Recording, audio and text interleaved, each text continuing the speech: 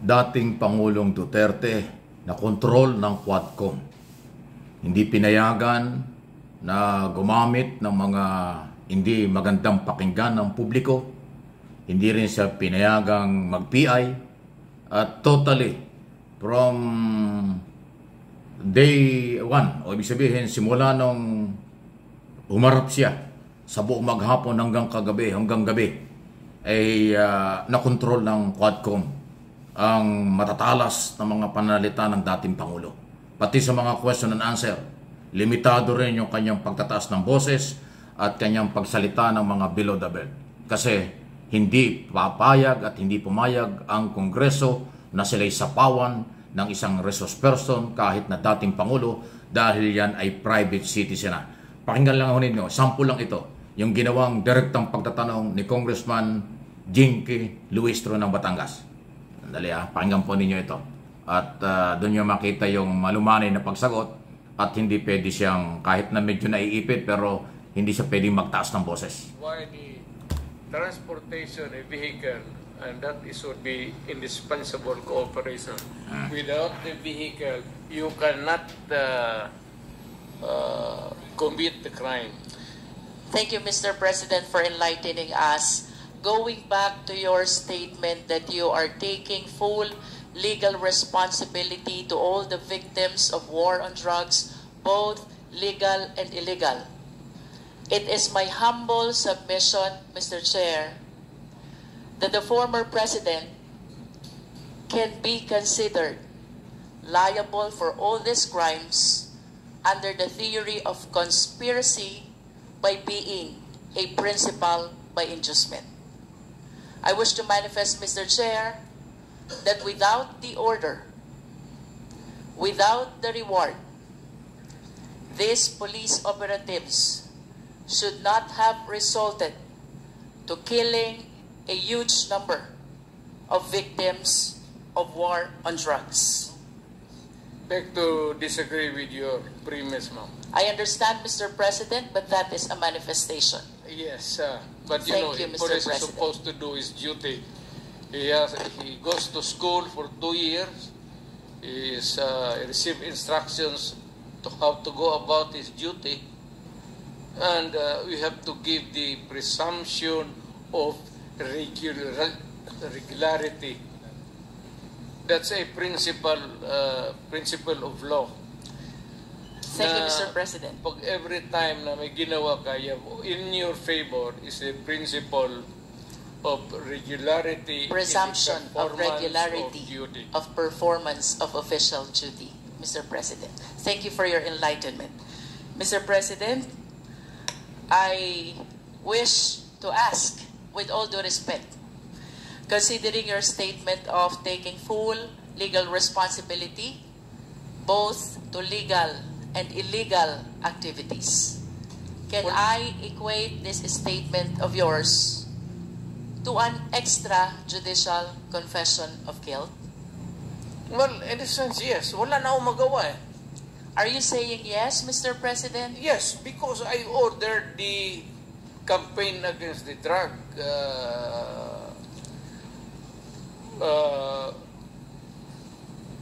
syndicates.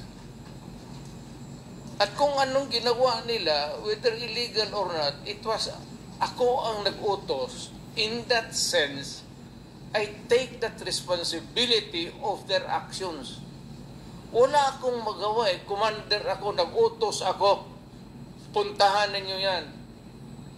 Just like a commander, or not a military, police. Iutos So, ayan sample lang po yan. Sa mga nakita nyo, hindi siya gaano makapagtaas ng boses. Kasi abogado rin si Jinky Luistro. Kung yung mapapansin, at yun ang isa sa mga inobserbahan ko kahapon at buong maghapon hanggang gabi. Hindi niya magawa yung kanyang ginawa sa Senado na pambabastos sa Senado at kay Senador Hontiveros. Diba? Dahil sa Kongreso, hindi uubra yun. Pangalawa, maraming abogado. Kaya pag abogado nagtatanong, maingat sumagot si Duterte kasi niya pare-pare silang abogado. Hindi niya pwedeng maliitin. Hindi katulad ni Yung dalawang nagtanong kahapon din, tulad ni Brosas, ni Manuel, at saka si Castro, ayan, sabi niya hindi abogado. Pero hindi rin siya nakapagtaas ng boses. Hindi. Talagang kinontrol ng House of Representatives ng Quadcom. Overall Chairman Robert Barbers. Pwede palang kontrolin si Duterte. Hindi sa lahat ng oras siya yung may karapatan magalit at kung ano ang gusto niya sabihin.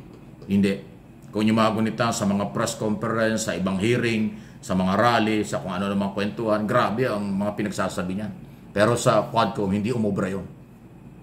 Doon nagulat ang mga DTS, kanya mga followers. Akala nila, kayang takutin ni Duterte ang mga congressman. Nagkamali sila. Di ba yun ang sinabi ni Panelo ng isang araw, bago nag-hearing? Humanda na kayo. Darating si Duterte, masusubukan kung sino matapang. Ganyan yung isa rin kabastos ang sinabi ni Panelo. Akala mo, ang Kongreso ay lugar ng away. Hindi niya alam, in aid of legislation, gawaan ng batas yun. Pero ang kanila palang lakad magsusubukan kung sino matapang. Nakita mo yung mga pagkatao ng mga statement ng mga taong yan. Pero again, sa aking observation, opinion, malaki ang kanilang pagkakamali. Yung inaasahan nila na kaya nilang kontrolin ng Kongreso, kayang gawin ni Duterte ang gusto niya sabihin at gawin, nagkamali sila. Hindi yun nagawa. Katunayan, winarningan pa siya ilang beses ni Congressman Paduano na sumunod sa rules. Kung hindi siya mag-aatubili na mag-motion siya. Ayan. Sinabi nga ni Duterte, kaya ako napunta rito dahil kukontempt. Sabi ni Paduano, pag hindi ka sumunod sa aming mga rules, may point of order talaga mangyayari. Ginanon siya. Hindi siya nakasagot. Kahit sinabi rin ni Abante, huwag kang magmumura dito. Huwag kang magsasalita rito ng hindi maganda. Dahil sa rules namin, mananagot ka. Yan ang Kongreso ng Republika ng Pilipinas. Sa Senado kasi walang ganun Walang warning. Si Tameme, si Nene Pimentel Nene Pimentel, Coco Pimentel. Di katulad ng tatay Pimentel niya na magaling. Itong si Coco wala Tsaka yung mga ibang mga senador doon, kaalyado niya. Naging kawawa doon si binastos-bastos si Teberos. Pero si Teberos pa rin ang bida ron kasi nanindigan siya. Sa Kongreso hindi. Every time natataas ang boses at ultimo nga yung hindi siya ni-recognize, nagsasalita siya, kinakat siya, pinalala, huwag kang sumagot kung hindi ka tinatanong. Ginagano ng congressman kahapon. Laging pinapaalala, may rules, dumaan ka sa proseso. Di na control. Kaya nga kahapon, alam ko yung mga DDS galit na galit dahil kasi yung inaasahan nila na magiging siga-siga o makokontrol ni Duterte ang Kongreso, nagkamali sila 1,000%. Hindi gano'n ang Kongreso, hindi gano'n ang congressman na kayang takutin ng isang tao, lalo na ngayong private citizen na. Hindi pwede. At kahit sa mga susunod na hearing, sabi nga ng congressman kahapon, Mr. President, hindi naman tayo ngayon magkikita. Sa susunod na mga hearing at lahat ng in aid of legislation, meron kaming rules dito. Hindi ikaw masusunod. Kami at ang rules ang aming papairal dito. Yan ang paninindigan. Kaya sa aking assessment, kaya pala Tama lang yun. Kasi pag pinabayaan mo si Duterte na magsalita ng gusto niya sabihin, mga below the belt at mga personal lang gagawin niya. Pero kapag pinairal pala ang disiplina under the rules ng House of Representatives, susuko siya. Hindi niya magagawa ang gusto niyang gawin. Susunod siya sa Kongreso. Kaya wala siyang, hindi lumutang ang tapang niya dyan at kung ano man. Lumutang dyan ay ang magandang proseso and aid of legislation. Thank you at congratulations sa mga chairman, overall chairman Barbers at mga iba pang chairman, Fernandez, Abante, Paduano. Yan po yung chairman ng 4 na komite na pinagsama-sama na tinawag na Quadcom. Any comment, reaksyon, malaya po kayo. Pero please like at pakishare po ninyo ang video ito.